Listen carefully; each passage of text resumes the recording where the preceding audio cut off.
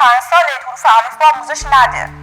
کودکانی که زمان زیادی رو صرف بازی‌های آزاد مثل لگو، خمیربازی یا بازی‌های تعاملی میکنن، قسمت جلویی مغزشون که مربوط به تصمیم‌گیری و حل مسئله سریعتر رشد میکنه.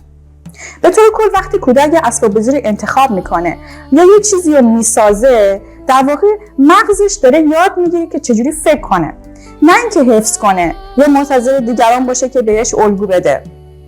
پس به کودکتون اجازه بدید که خودش انتخاب کنه تا کشف کنه، تا ذهنش برای عملیات ذهنی آماده بشه، نه اینکه آموزش مستقیم بهش بدید. ما یک سری بازی‌هایی رو که باعث میشه کودکتون باهوش‌تر بشه تهیه کردیم. اگه میخواین که این لیست رو دریافت کنین، کلمه لیست رو کامنت کنید.